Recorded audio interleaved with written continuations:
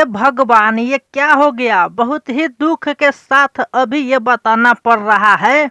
चुनाव हारने के बाद पवन सिंह के माताजी के हालत बहुत ही खराब हो चुके थे।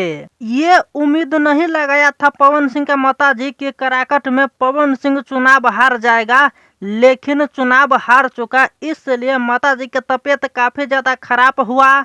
टेंशन हो गया कि कैसे मेरे बेटा चुनाव हार गए, जबकि इतना जनता सपोर्ट में थे। भोजपुरी इंडस्ट्री के सभी कलाकार प्रचार करने के लिए आया, सभी जनता भी साथ में थे, तभी पवन सिंह कैसे चुनाव हार गया। इसी टेंशन की वजह से पवन सिंह के माताजी की तबीयत अभी खराब हुआ है, तो इलाज चल रहा है।